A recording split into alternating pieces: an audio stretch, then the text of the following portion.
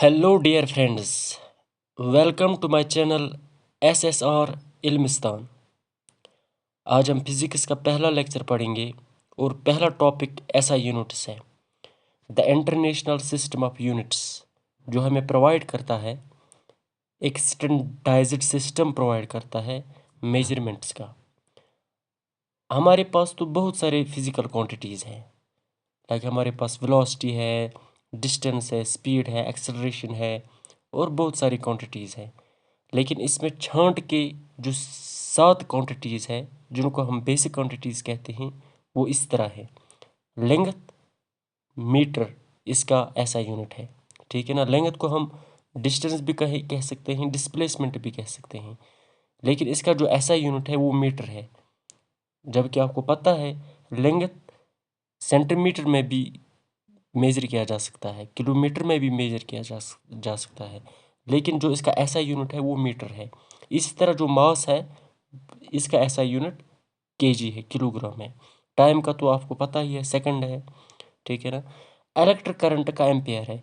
अब यहाँ पे थोड़ा सा मसला होता है, जब थर्मोडायनेमिक टेम्परेचर आ जाता है ना, तो अक्सर हमारे पास जहन में ये बैठा हुआ है कि डिग्री सेल्सियस, लेकिन सेल्सियस नहीं है बल्कि केल्विन इसका ऐसा यूनिट है। अमाउंट ऑफ सब्सटेंस जो है, इसका जो ऐसा यूनिट है वो मूल है। आपने एक ख़ास नंबर के बारे में सुना होगा जिसको हम कहते हैं एवोगैड्रोस नंबर,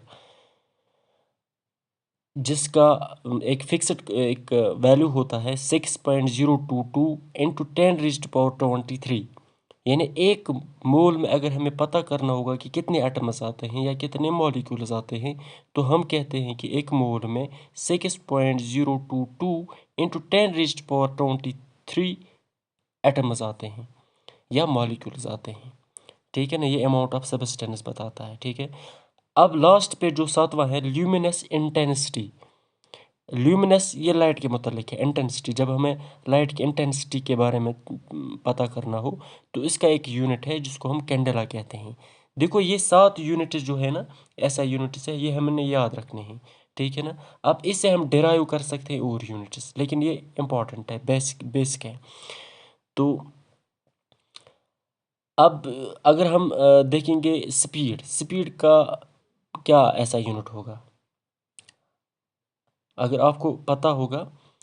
स्पीड स्पीड किसके बराबर होता है, डिस्टेंस डिवाइड बाय टाइम, ठीक है ना। डिस्टेंस या लेंथ या डिस्प्लेसमेंट ये एक ही चीज़ है, ठीक है ना। इसका क्या है, मीटर, हमने ये भी यहाँ पे पढ़ा। टाइम क्या है, सेकंड। अब जहाँ पे भी हमें स्पीड आएगा, हमें पता है कि इसका अब ऐसा यूनिट क्या आएगा, मीटर पर सेकंड। अब ये स्पीड जो है ना, स्पीड और वेलोसिटी का एक ही यूनिट है, मीटर पर सेकंड। अब आप बताओगे कैसे, क्योंकि ये यहाँ पे डिस्टेंस भी हो सकता है, ये डिस्प्लेसमेंट भी हो सकता है। दोनों सूरतों में डिस्टेंस या डिस्प्लेसमेंट इसका जो ऐसा यूनिट है वो मीटर है।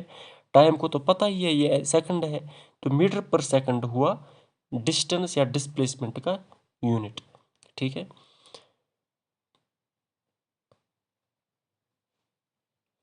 अब इसके बाद हम स्केलर वर्सेस वेक्टर क्वांटिटीज़ के बारे में पढ़ेंगे। आपने पढ़ा होगा, जो क्वांटिटी जिस क्वांटिटी का हम सिर्फ मैग्नीट्यूड जान सकते हैं या पता कर सकते हैं, उसको हम स्केलर क्वांटिटी कह सकते हैं। जैसे कि डिस्टेंस, यानी कि हम जब कोई डिस्टेंस निकालते हैं, तो हमें उस डिस्टेंस का कोई डायरेक्शन नहीं मालूम होता है, वो कभी ईस्ट की तरफ जाता है। फॉर एग्ज़ाम्पल, अगर हमें इस चीज़ का यहाँ पे ए पॉइंट है और यहाँ पे बी पॉइंट है, ये यहाँ से होते होते हुए यहाँ तक बी तक पहुँचा ना, तो इसका एक मैग्नीट्यूड है ना। किसी मतलब इसका हम मेज़र कर सकते हैं कि ए से बी तक कितनी लेंथ है, लेकिन ये नहीं बता सकते हैं कि ये ईस्ट की तरफ गया है, ये वेस्ट की तरफ गया है, क्योंकि ये जब यहाँ से गया तो ये नॉर्थ की तरफ था, फिर ईस्ट की तरफ था, फिर थोड़ा साउथ ईस्ट की तरफ था। इसकी बहुत सारी डायरेक्शंस थी, कोई एक डायरेक्शन नहीं थी। तो हम ये कहते हैं कि इसका सिर्फ मैग्नीट्यूड ही हम मेज़र करते हैं, इसका डायरेक्शन नहीं बताते हैं, तो ये स्केलर क्वांटिटी हो गई। इसके बरअक्स, हाँ, अब ये भी है कि कोई किसी चीज़ का अगर हमें वज़न पता करना हो, तो हम कहते हैं कि ये कोई चीज़ ना 10 किलो का है या 20 किलो का है, तो हमें उस चीज़ से पता चला कि उसकी डायरेक्शन क्या है, नहीं ना। तो वो भी स्केलर क्वांटिटी कहलाती है। तो वो मास है, तो यहाँ पे हमें पता चला कि डिस्टेंस है, ये स्केलर क्वांटिटीज़ है, ठीक है ना। अब इसी तरह वेक्टर क्वांटिटीज़ किसको कहते हैं? जिस क्वांटिटी को हम उसका मैग्नीट्यूड भी बोल सकते हैं और उसकी डायरेक्शन भी बोल सकते हैं, तो हम इसको वेक्टर क्वांटिटी कह सकते हैं। लाइक डिस्प्लेसमेंट है, वेलोसिटी है। अब ये किस तरह है वो हम नेक्स्ट स्लाइड में पढ़ेंगे, ठीक है। देखिए डिस्टेंस और डिस्प्लेसमेंट में क्या फ़र्क है। पहले मैं यहाँ पे एग्जाम्पलीफाई करूँगा एक चीज़, ताकि आपको आसानी होगी। अगर मैं कहूँगा कि यहाँ पे कोई शख्स इस जगह पे है, पॉइंट ए पे, अब इसने यहाँ से यहाँ तक एक डिस्टेंस निकाली और ये बी तक आ गया और इसने 10 किलोमीटर निकाला, ठीक है। फिर बी से सी तक आने में 5 किलोमीटर निकाला और फिर सी से डी तक कितना निकाला और 5 किलोमीटर निकाला, डी से ई तक और 5 किलोमीटर निकाला, ठीक है ना। अब इसकी डिस्टेंस क्या हो, अब इसकी डिस्प्लेसमेंट क्या है, यहाँ पे ये समझना है। जब ये ए से बी तक गया ना, ये 10 किलोमीटर चला, फिर बी से सी तक और 5 किलोमीटर, सी से डी और 5, डी से ई और 5, 10 5 15 5 20 5 25, यानी कि ए से फिर बी तक, फिर सी, फिर डी, फिर ई तक आते आते इसने 25 किलोमीटर निकाले। ये इसका डिस्टेंस हुआ, क्योंकि ये एग्जैक्ट वही डिस्टेंस है जो इसने, एग्जैक्ट वही पाथ है जो उसने ट्रैवल किया है। यानी पहले यहाँ से यहाँ तक गया, फिर यहाँ, फिर यहाँ, फिर यहाँ पहुँचा, ठीक है ना।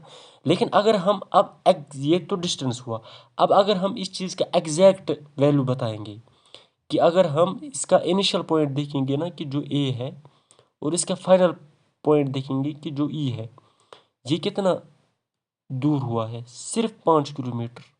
ये सिर्फ 5 किलोमीटर है ना, क्योंकि ये भी 5 किलोमीटर है, तो ये सिर्फ 5 किलोमीटर दूर गया है। यानी जो इसका इनिशियल पॉइंट है ए और इसका फाइनल पॉइंट है बी ई, इसके दरमियान सिर्फ ये शॉर्टेस्ट डिस्टेंस है और स्ट्रेट पाथ है। ए टू ई एक शॉर्टेस्ट डिस्टेंस है और स्ट्रेट पाथ है। इसको हम कहते हैं कि इसने इतनी डिस्प्लेसमेंट निकाली, ठीक है ना। ये अब डिस्टेंस का वैल्यू बहुत बड़ा है, 25 किलोमीटर्स है, लेकिन डिस्प्लेसमेंट का सिर्फ 5 किलोमीटर है।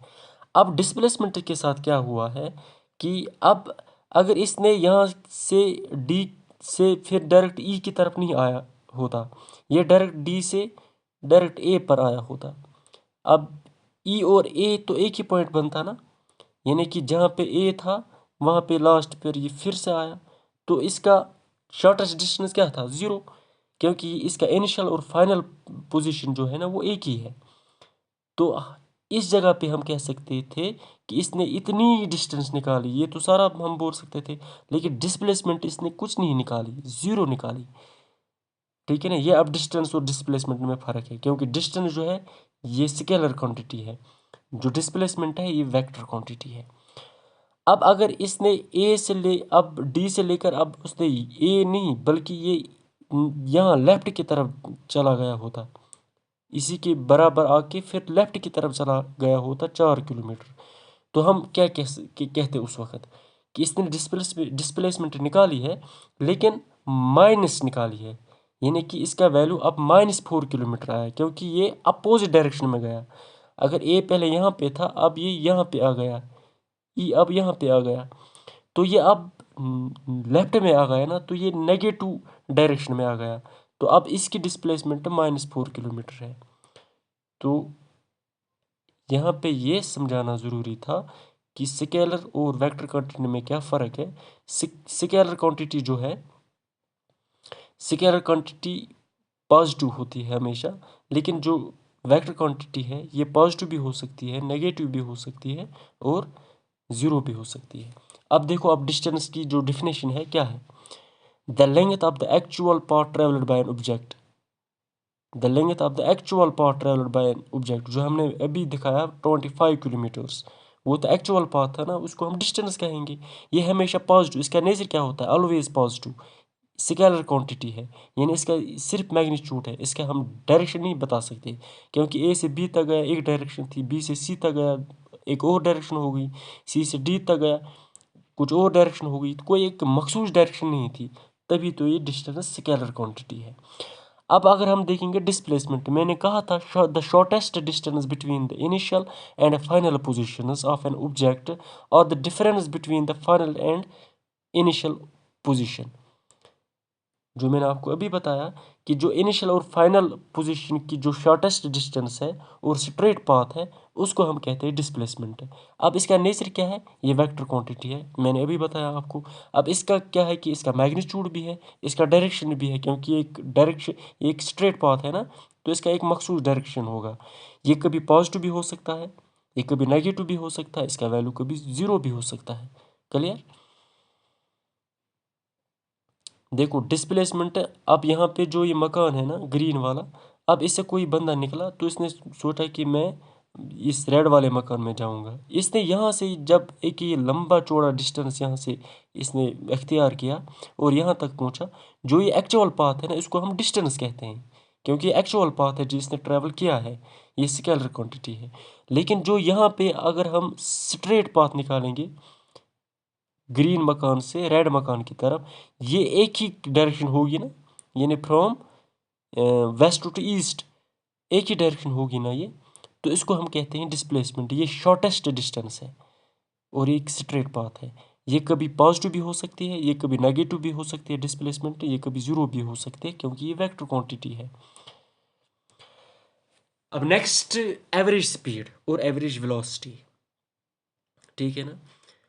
जितनी डिस्टेंस, जो total distance covered divided by the total time taken, ये सिंपल है, इसमें कोई ज़्यादा रॉकेट साइंस नहीं है, ये सिंपल है। जितनी सारी डिस्टेंस आपने निकाली होगी और जितने टाइम में निकाली होगी, वो सारा टाइम जब हम उसमें डिवाइड करेंगे तो हमें एवरेज स्पीड मिलता है। ये हमेशा पॉजिटिव आता है। इस तरह जो एवरेज वेलोसिटी है, वहाँ पे डिस्टेंस था, यहाँ पे डिस्प्लेसमेंट होगा, यानी टोटल डिस्प्लेसमेंट जो एक बॉडी निकालेगी, ऑब्जेक्ट निकालेगा, और जितने टाइम में निकालेगा वो टोटल टाइम जब उसमें डिवाइड करेंगे तो हमें हमारे पास एवरेज वेलोसिटी आएगा।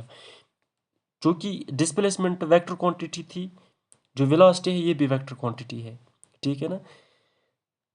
जो एवरेज वेलोसिटी है ये भी वेक्टर क्वांटिटी है। ये पॉजिटिव हो सकता है, नेगेटिव हो सकता है, या 0 हो सकता है। ये डिस्प्लेसमेंट पे डिपेंड करता है। Simple, okay. अब दूसरे स्लाइड में हमें ये देखना है कि यूनिफॉर्म वेलोसिटी और नॉन यूनिफॉर्म वेलोसिटी। देखो हमने यूनिफॉर्म वेलोसिटी की बात करेंगे, यहाँ पे यूनिफॉर्म स्पीड भी इसी तरह होता है और नॉन यूनिफॉर्म स्पीड भी इसी तरह होता है। जब एक ऑब्जेक्ट इक्वल डिस्प्लेसमेंट निकालता है इक्वल टाइम इंटरवल में, उसको हम कहते हैं यूनिफॉर्म वेलोसिटी। अभी कैसे होगा, अगर किसी बॉडी ने देखो 5 किलोमीटर डिस्प्लेसमेंट निकाला पर आवर, ठीक है ना, दूसरे घंटे में भी 5 किलोमीटर निकाला, तीसरे घंटे में भी 5 किलोमीटर निकाला, तो हम कहेंगे कि जो इसका जो ये वेलोसिटी है, क्योंकि डिस्प्लेसमेंट डिवाइड बाय टाइम तो वेलोसिटी है, जो ये वेलोसिटी है ये यूनिफॉर्म वेलोसिटी कहेगी, क्योंकि ये हर घंटे में बराबर किलोमीटर निकालती है। यानी पहले घंटे में भी इसने 5 किलोमीटर निकाला, दूसरे घंटे में भी 5 किलोमीटर निकाला, तीसरे घंटे में भी 5 किलोमीटर निकाला, तो एक यूनिफॉर्मिटी बनी ना इसमें, तो इस वेलोसिटी को हम कहेंगे यूनिफॉर्म वेलोसिटी। ठीक है ना। एग्जाम्पल मैंने नीचे दिया है, a body travelling 5 kilometre in 1 hour and then another 5 kilometre in the next hour and so on, और इसी तरह जब ये चल रहा है तो हम इसको यूनिफॉर्म वेलोसिटी कहेंगे। और इसके बरअक्स अगर हम नॉन यूनिफॉर्म वेलोसिटी देखेंगे तो यहाँ पे unequal displacement in equal time intervals. अब ये क्या है, पहले घंटे में इसने 5 किलोमीटर निकाले, दूसरे घंटे में इसने 4 ही किलोमीटर निकाले, तीसरे घंटे में इसने 6 किलोमीटर निकाले, चौथे घंटे में इसने 2 ही किलोमीटर निकाले। तो अब ये हर घंटे में मुख्तलिफ डिस्प्लेसमेंट्स निकालते हैं ना, तो इसको हम कहेंगे कि ये अनइक्वल डिस्प्लेसमेंट्स हैं। टाइम तो बराबर है, एक एक घंटा है, इन इक्वल टाइम इंटरवल्स। तो जो यहाँ पे जो वेलोसिटी है ना, इसको हम कहेंगे ये नॉन यूनिफॉर्म वेलोसिटी है, ठीक है।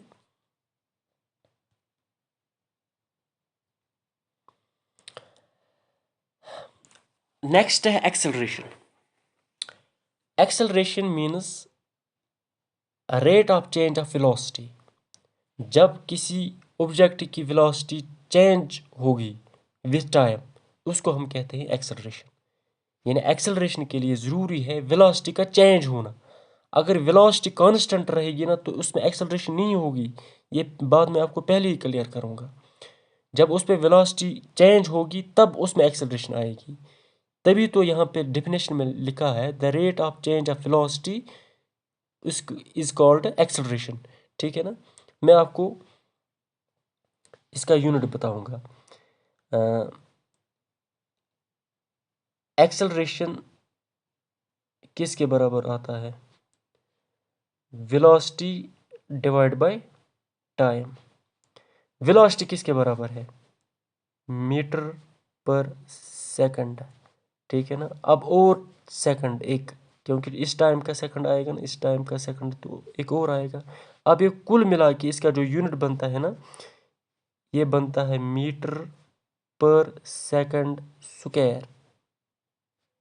ठीक है। अब एक्सेलरेशन का यूनिट क्या हुआ? मीटर पर सेकंड स्क्वायर या मीटर पर सेकंड।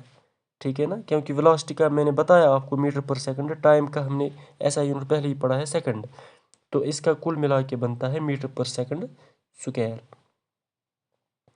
अब एक्सेलरेशन भी दो किस्म की होती है।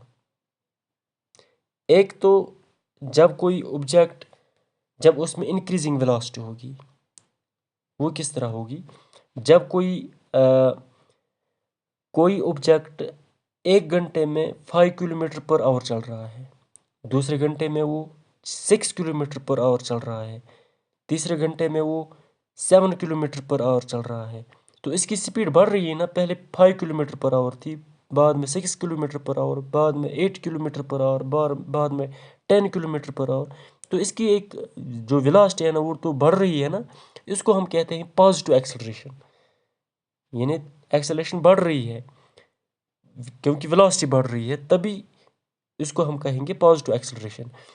अब अगर इसके अपोजिट होगा, अगर पहले 8 किलोमीटर पर आवर 1 घंटे में इसकी वेलोसिटी होगी किसी भी ऑब्जेक्ट की, अब दूसरे घंटे में पहले 8 थी, अब 6 किलोमीटर पर आवर हो गई, अब थर्ड आवर में 5 किलोमीटर पर आवर होगी। यानी पहले 8 किलोमीटर पर आवर थी, फिर 6 किलोमीटर पर आवर, फिर 5 किलोमीटर पर आवर। तो इसकी वेलोसिटी जो है ना वो घट रही है। इसकी वेलोसिटी जो घट रही है, चेंज हो रही है लेकिन घट रही है। जब घट रही है तो हम कहेंगे कि इसमें भी एक्सेलरेशन है, लेकिन ये नेगेटिव एक्सेलरेशन है, क्योंकि वेलोसिटी कम हो रही है ना। ऊपर वाले केस में वेलोसिटी बढ़ रही थी तो पॉजिटिव एक्सेलरेशन थी, क्योंकि पॉजिटिव वेलोसिटी थी। और यहाँ पे वेलोसिटी जो है वो कम कम हो रही है, घट रही है, तभी हम कहेंगे कि इसमें नेगेटिव एक्सेलरेशन है। अब नेगेटिव एक्सेलरेशन को हम ये भी कहते हैं रिटार्डेशन या डिसएलरेशन। ठीक है ना, ये याद रखना। अब चूंकि एक्सेलरेशन किस चीज़ से बना है? Rate of change of velocity. Velocity खुद क्या है? वेक्टर है कि स्केलर है? वेक्टर है। जब वेलोसिटी वेक्टर है, जब इससे कोई चीज़ बनेगा वो भी तो वेक्टर ही होगा ना। तो एक्सेलरेशन भी वेक्टर क्वांटिटी है। तो एक्सेलरेशन के पास भी मैग्नीट्यूड होता है, डायरेक्शन होती है। अब इसमें एक स्पेशल केस है, बॉडी जब रेस्ट में होगी तो ये हमेशा समझना कि इसमें एक्सेलरेशन ज़ीरो है, क्योंकि इसमें वेलोसिटी नहीं है, स्पीड नहीं है। जब स्पीड नहीं है, वेलोसिटी नहीं है, तो अपने आप इसमें एक्सेलरेशन भी नहीं है। तो बॉडी एट रेस्ट जब होगी तो इसमें एक्सेलरेशन ज़ीरो होती है। अब मैंने आपको कहा, आप याद करो, मैंने आपको कहा कि rate of change of velocity is called acceleration. अब अगर किसी चीज़ में वेलोसिटी तो होगी लेकिन वो कांस्टेंट होगी, वो चेंज नहीं कर रही होगी, जो मैंने आपको पहले ही बोला, वो चेंज नहीं कर रही होगी, तो यूनिफॉर्म वेलोसिटी होगी या कांस्टेंट वेलोसिटी होगी, तो उसकी एक्सेलरेशन भी ज़ीरो है। क्यों है? क्योंकि उसकी तो हमने डेफिनेशन पढ़ी है, एक्सेलरेशन की डेफिनेशन है rate of change of velocity. यानी कि वेलोसिटी का बढ़ना या घटना ज़रूरी है एक्सेलरेशन के लिए। अगर बढ़ेगा तो एक्सेलरेशन कहेंगे, अगर कम होगा नेगेटिव एक्सेलरेशन या रिटार्डेशन कहेंगे। लेकिन अब अगर वेलोसिटी बराबर हो रही है, यानी कि हर घंटे में सिर्फ 5 किलोमीटर पर आवर चल रहा है, दूसरे घंटे में भी 5 किलोमीटर पर आवर, तीसरे घंटे में भी 5 किलोमीटर पर आवर, यानी कि इसकी वेलोसिटी जो है ना, वो बराबर है, वो ना घट रही है ना बढ़ रही है, वो कांस्टेंट है, यूनिफॉर्म है, तब इसकी एक्सेलरेशन ज़ीरो है, ये याद रखना। अब हम आएंगे मोशन की तरफ, ठीक है। मोशन एक ऑब्जेक्ट का मोशन में होगा जब वो अपनी पोजीशन चेंज करेगा। अब अगर कोई चीज़, कोई ऑब्जेक्ट यहाँ पे था, ठीक है ना, और विद टाइम ये यहाँ पे पहुँचा, तो हम कहेंगे कि इस ऑब्जेक्ट में मोशन है, क्योंकि इसने अपनी पोजीशन चेंज की, पहले ए पे था अब बी पे आ गया, तो इसको हम कहेंगे कि ये मोशन में है, ठीक है। अब रेस्ट कब होगा? एक ऑब्जेक्ट रेस्ट में तब होता है जब न उसमें स्पीड होगी, न वेलोसिटी होगी, न एक्सेलरेशन होगी। ये जाहिर सी बात है, वो रेस्ट पे कहलाएगा, सिंपल। इसमें जो है इक्वेशंस ऑफ मोशन, ये इंपॉर्टेंट है। इक्वेशंस ऑफ मोशन कब हमें देखनी है? जब एक एक ऑब्जेक्ट में मोशन होगी, लेकिन वो एक स्ट्रेट लाइन पे होगा, और इसमें जो एक्सेलरेशन होगी वो कांस्टेंट होगी, वेलोसिटी नहीं, एक्सेलरेशन कांस्टेंट होनी चाहिए। यानी मैंने अभी जो आपको कहा था, अगर कांस्टेंट वेलोसिटी होगी तो एक्सेलरेशन ज़ीरो होगी, लेकिन यहाँ पे एक्सेलरेशन कांस्टेंट है, ये याद रखना है। ये इक्वेशंस ऑफ मोशन तब एप्लीकेबल है जब एक बॉडी मोशन में होगी, स्ट्रेट लाइन में होगी, और उसमें जो एक्सेलरेशन होगी वो कांस्टेंट होनी चाहिए, यानी प्रति घंटा वो बराबर एक्सेलरेट कर रही होगी, यानी हर घंटा वो सेम रेट से एक्सेलरेट कर रही होगी, तब जाकर ये इक्वेशंस एप्लीकेबल है। कौन सी equation? v is equal to you plus A t, s is equal to u t plus 1/2 of a t square, v square is equal to u square plus 2as। जबकि हमारे पास यहाँ पे लिखा है u किसको, u इनिशियल वेलोसिटी होती है, v final velocity, a acceleration, s distance, t time, ठीक है ना। हालांकि हमें न्यूमेरिकल्स नहीं पूछेंगे इसमें, लेकिन कभी कभार हो भी सकता है कि न्यूमेरिकल्स पूछेंगे, तो हमें ये पता होना चाहिए। इससे पहले हमें एक और चीज़ जो पता होनी चाहिए, वो एक्सेलरेशन ड्यू टू ग्रेविटी के बारे में हमें पता होना चाहिए, जो जी से, जिसका सिंबल है जी से रिप्रेजेंट होता है, ठीक है। जब कोई बॉडी अंडर ग्रेविटी होती है ना, उसकी मोशन अंडर ग्रेविटी होगी। हमने कोई बॉल फेंकी, या ऊपर फेंकी या नीचे फेंकी, ठीक है ना, उसको हम कहते हैं कि वो मोशन कर रही है अंडर ग्रेविटी, क्योंकि हमारा इख्तियार फिर उस पर नहीं है। हमने सिर्फ फेंका, कोई बॉल फेंकी, फिर हमारा इख्तियार नहीं है, फिर उस पर ग्रेविटी असरअंदाज होती है।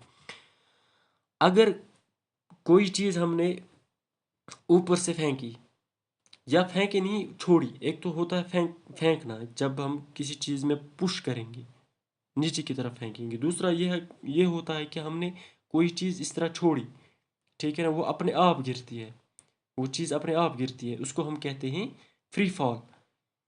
और इसकी मोशन किसकी तरफ होती है? ज़मीन की तरफ होती है। और ज़मीन क्यों उसको अपनी तरफ खींचता है? क्योंकि वहाँ पे ग्रेविटी है, उस ग्रेविटी में एक एक्सेलरेशन होती है, जिसको हम कहते हैं एक्सेलरेशन ड्यू टू ग्रेविटी। अगर ये बॉडी ऊपर से नीचे की तरफ आ रही है ना, ग्राउंड की तरफ आ रही है, ज़मीन की तरफ आ रही है, तो जो एक्सेलरेशन ड्यू टू ग्रेविटी है ना, ये पॉजिटिव होती है, ये हमेशा याद रखना। अब अगर यही कोई बॉल या स्टोन हमने ऊपर फेंकी, ठीक है ना, हमने ऊपर फेंकी, यानी कि हमने अर्थ के अपोजिट उसकी डायरेक्शन में उसको मूव कराया, ऊपर फेंकी कोई भी चीज़, तो उस वक्त जो एक्सेलरेशन ड्यू टू ग्रेविटी है ना, वो नेगेटिव कहलाती है, ठीक है ना, वो नेगेटिव होती है, ये याद रखना, ठीक है ना। अब यही वैल्यू हम यहाँ पे पुट कर सकते हैं, v is equal to you plus A T, ठीक है ना। अब अगर t जो है टाइम, कितना टाइम लगेगा वो यहाँ पे पता चलेगा। a, अगर हमने कोई चीज़ ऊपर से नीचे फेंकी तो a पॉजिटिव आएगा, एक्सेलरेशन ड्यू टू ग्रेविटी का वैल्यू क्या है 9.8 मीटर पर सेकंड स्क्वायर, ठीक है ना। तो अगर ये नीचे की तरफ आ रही है तो ये पॉजिटिव होगा, अगर हमने बॉल को ऊपर फेंका है तो ये माइनस आएगा। अब यहाँ से पता चलेगा या तो v या तो u, कोई न कोई इसमें ज़ीरो आएगा। यहाँ पे तो हमें पता है कि अगर हमने बॉल ऊपर फेंकी है वो नीचे की तरफ आएगा, वो लास्ट पे ज़ीरो इसकी स्पीड आएगी, तो v ज़ीरो आएगा। तो यहाँ से हमें u आसानी से हम निकाल सकते हैं। खैर ये तो न्यूमेरिकल है, ये तो नहीं आएगा।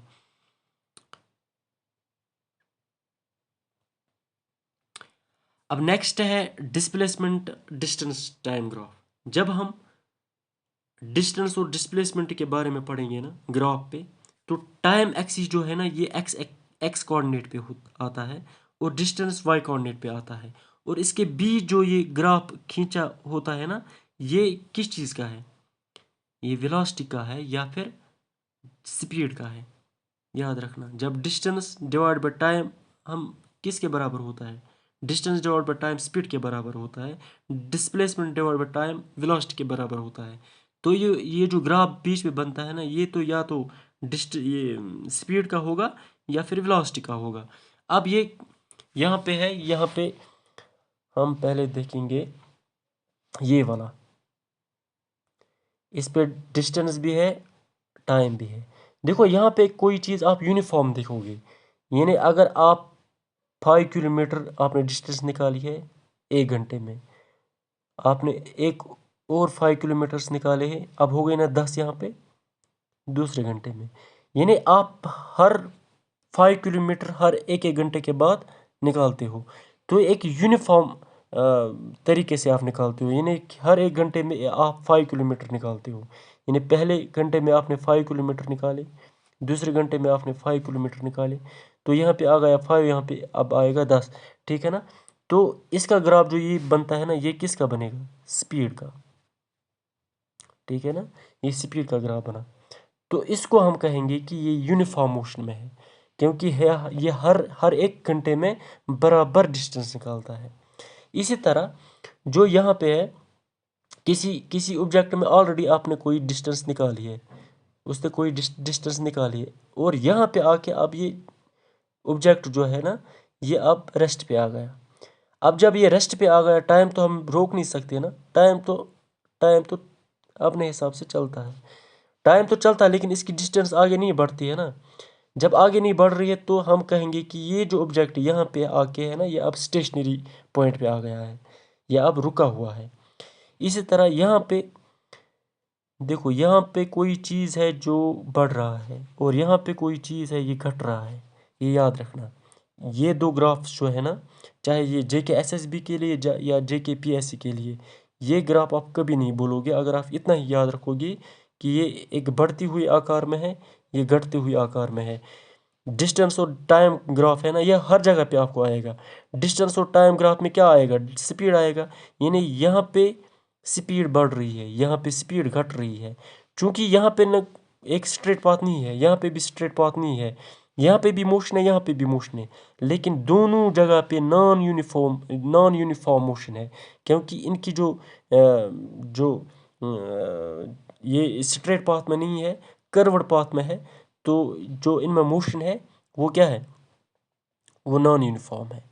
ये मैंने एक सिंपल तरीके से आपको एक फंडा, ये कोई रूल नहीं है, लेकिन मैंने यहाँ आपको इसलिए बताया ताकि आपको ये आसानी से याद रहेगा। अब ये इस तरह ये बढ़ेगा तो हम कहेंगे कि इसमें स्पीड इंक्रीज़ हो रही है। ये इस तरह घटा तो हम कहेंगे कि इसकी स्पीड डिक्रीज़ हो रही है। लेकिन ये दोनों केसेस नॉन यूनिफॉर्म मोशन है, यानी कभी 1 घंटे में 5 किलोमीटर चल रहा, ये बढ़ रहा है, तो दूसरे घंटे में ये 7 किलोमीटर डिस्टेंस निकाल रहा है, तीसरे घंटे में 8 किलोमीटर निकाल रहा है, तभी तो स्पीड बढ़ेगी ना। और इसमें दूसरे वाले कंडीशन में पहले घंटे में ये 7 किलोमीटर बढ़ रहा है, इसकी डिस्टेंस ये निकाल रहा है, तो दूसरे घंटे में 4 ही किलोमीटर ये डिस्टेंस निकाल रहा है, तीसरे घंटे में 2 ही किलोमीटर डिस्टेंस निकाल रहा है। तो हम ये कहेंगे कि यहाँ पे स्पीड कम हो रही है, तभी यहाँ पे इसको हम कहेंगे कि नॉन यूनिफॉर्म मोशन है और इसकी स्पीड घट रही है, ठीक है। इस तरह वेलोसिटी टाइम ग्राफ में देखो वेलोसिटी और टाइम, वेलोसिटी अपॉन टाइम किसके बराबर है? वेलोसिटी अपॉन टाइम किसके बराबर है? एक्सेलरेशन, है ना। जो ये ग्राफ आएगा ना, ये किसका आएगा? एक्सेलरेशन का। लेकिन ग्राफ किसके दरमियान, किन दो कोऑर्डिनेट्स के दरमियान है? Velocity Y coordinate, time X coordinate, है ना। तो सेम केस है यहाँ पे भी। देखो यहाँ पे किसी वेलोसिटी से ये यहाँ तक आया ना, किसी एक्सेलरेशन से, फिर यहाँ पे ये रुका, और अब तो इसमें कांस्टेंट वेलोसिटी है। यानी हमने एक्सेलरेशन का अभी अभी क्या पढ़ा कि rate of change of velocity, तभी वो एक्सेलरेशन है। अब इसमें एक्सेलरेशन नहीं है, ये ज़ीरो एक्सेलरेशन है। ये ज़ीरो एक्सेलरेशन इसलिए है क्योंकि इसमें कांस्टेंट स्पीड है। जो मैंने आपको पहले, मैं आपको रिपीट नहीं करूँगा ये, क्योंकि तो ये तो फिर लंबा खींच जाएगा लेक्चर। यहाँ पे कांस्टेंट स्पीड है या कांस्टेंट वेलोसिटी है, तभी जाकर यहाँ पे एक्सेलरेशन ज़ीरो है। क्योंकि टाइम तो, ये तो टाइम के कोऑर्डिनेट के पैरेलल है ना, यानी कि टाइम बढ़ रहा है लेकिन इसकी वेलोसिटी नहीं बढ़ रही है, न घट रही है न बढ़ रही है। ये किसी खास पॉइंट पे आके रुक गया है, तो ये यहाँ पे ज़ीरो है। यहाँ पे वेलोसिटी भी और टाइम भी बराबर मिकदार में बढ़ रहा है। वेलोसिटी भी और टाइम भी, वेलोसिटी भी और टाइम भी। तो ये जो यहाँ पे एक्सेलरेशन होगी ना, ये एक्सेलरेशन ये यूनिफॉर्म होगी। इसी तरह यहाँ पे ये बढ़ रहा है, यहाँ पे घट रहा है। ये दोनों केसेस नॉन यूनिफॉर्म होंगे, ठीक है ना। इसमें भी नॉन यूनिफॉर्म एक्सेलरेशन होगी, इसमें भी नॉन यूनिफॉर्म एक्सेलरेशन होगी। लेकिन अब ये एक्सेलरेशन तो बढ़ रही है तो ये पॉजिटिव एक्सेलरेशन होगी, ये एक्सेलरेशन घट रही है तो ये रिटार्डेशन कहलाएगी। सिंपल बात है, बस इसको इसी तरह याद रखना है। अब लास्ट है प्रोजेक्टाइल मोशन। प्रोजेक्टाइल मोशन किसको कहेंगे? जब हम किसी बॉडी को अपवर्ड थ्रो करेंगे ना, और वो एक कर्वड पाथ इख्तियार करेगा और वो ग्रेविटी में आएगा, इसको हम कहते हैं ये प्रोजेक्टाइल मोशन है। अब आप ये बोल रहे होंगे कि ये क्या बता रहे हो, मैं आपको इस एग्जाम्पल पे समझाऊंगा। देखो, एक बंदा है, इसने एक बॉल को यहाँ से फेंका और इसने एक कर्वड पाथ इख्तियार की और नीचे गिरा, ठीक है ना। और यहाँ पे ही मैं आपको बताऊंगा, जो ये बॉल इसने फेंकी है ना, ये जब इसके हाथ में थी उसने फेंका, तो अब ये इस पे ग्रेविटी असरअंदाज होगी, ठीक है ना। यहाँ से इसलिए ये गिरा यहाँ पे, ठीक है ना। इस बॉल को हम प्रोजेक्टाइल कहते हैं, ठीक है ना। इस बॉल को हम प्रोजेक्टाइल कहते हैं और इस मोशन को हम प्रोजेक्टाइल मोशन कहते हैं, ठीक है ना। लेकिन जो ये कर्वड पाथ निकालता है ना यहाँ से, इसको हम ट्रेजेक्टरी कहते हैं। जो ये पाथ यहाँ पे निकालता है ना, इसको हम ट्रेजेक्टरी कहते हैं। और इसका जो आकार बनता है ना, इसको हम पैराबोला भी कहते हैं। अब यही यहाँ पे लिखा हुआ है terminology, the object thrown is called a projectile. चाहे ये बॉल होगी या कुछ भी होगा, स्टोन होगा, इसको हम प्रोजेक्टाइल कहेंगे। और जो ये पाथ फॉलो कर रहा है उसको हम ट्रेजेक्टरी कहते हैं। जो इस बॉल का ट्रेजेक्टरी होगा, जो इस बॉल का यानी इस प्रोजेक्टाइल का जो ट्रेजेक्टरी होगी, ये हमेशा पैराबोला ही होगी। यानी ये हमेशा इसी तरह कर्वड पाथ ही होगी। ये पहले इस तरह ऊपर आएगा फिर वापस आएगा ज़मीन की तरफ, इसको हम पैराबोला कहेंगे। दैट्स इट, बस इतना है। अब इसमें दो की प्रिंसिपल्स हैं। अगर हम किसी टावर पे होंगे और हम किसी चीज़ को वहाँ से ड्रॉप करेंगे, स्टोन को ड्रॉप करेंगे, और दूसरा कोई चीज़ होगा साइमल्टेनियसली, उसको हम उस चीज़ को हम, देखो यहाँ पे टावर है, ठीक है ना। यहाँ पे टावर है। अब अगर हमने कोई चीज़ यहाँ से फेंका, नीचे फेंका, नीचे आया ना। अब कोई किसी चीज़ को हमने इस तरह हॉरिजेंटली पुश किया, वो भी नीचे आया ना। दोनों चीज़ें नीचे आएंगी। और यहाँ पे क्या कहता है कि ये दोनों चीज़ें, चाहे ये वाली चाहे ये वाली, ये दोनों नीचे आएंगी ना, ग्राउंड को हिट करेंगी। लेकिन ये ग्राउंड को सेम टाइम पे हिट करेंगे। अगर ये हम यहाँ पे सेम टाइम पे फेंकेंगे, ये सेम टाइम पे ग्राउंड को हिट करेंगे, इर्रेस्पेक्टिव आपने इसको वर्टिकली नीचे फेंका, इसको हॉरिजेंटली नीचे फेंका, दोनों में कोई मसला नहीं है। दोनों हिट करेंगे ग्राउंड को, लेकिन बराबर साइमल्टेनियसली हिट करेंगे ग्राउंड को। और दूसरा केस ये है अगर हमने किसी ऑब्जेक्ट को यहाँ से फेंका, इसका वज़न 1 किलोग्राम था, ठीक है ना, हमने ये फेंका यहाँ यहाँ यहाँ और यहाँ गिरा, और दूसरा कोई ऑब्जेक्ट है, उसका वज़न इससे कम होगा या ज़्यादा होगा, इसको भी इसी तरह फेंका, ये भी आके कहाँ गिरेगा, ज़मीन पे गिरेगा। तो दोनों जब हिट करेंगे ना, ये साइमल्टेनियसली एक ही वक्त में बैक वक्त ये ग्राउंड को हिट करेंगे, दोनों जगह, यहाँ पे भी और यहाँ पे भी। अब ये कब पॉसिबल है? ये आम हालत में पॉसिबल है नहीं। अगर हम इस तरह फेंकेंगे ना, तो इसका जो एक एयर का रेजिस्टेंस होगा ना, वो भारी जो गेंद होगी ना, उसमें ज़्यादा रेजिस्टेंस करेगा, और वो बाद में गिरेगा या पहले गिरेगा। लेकिन ये पैटर्न और ये सिस्टम सिर्फ वहाँ पे एप्लीकेबल है जहाँ पे वैक्यूम होगा।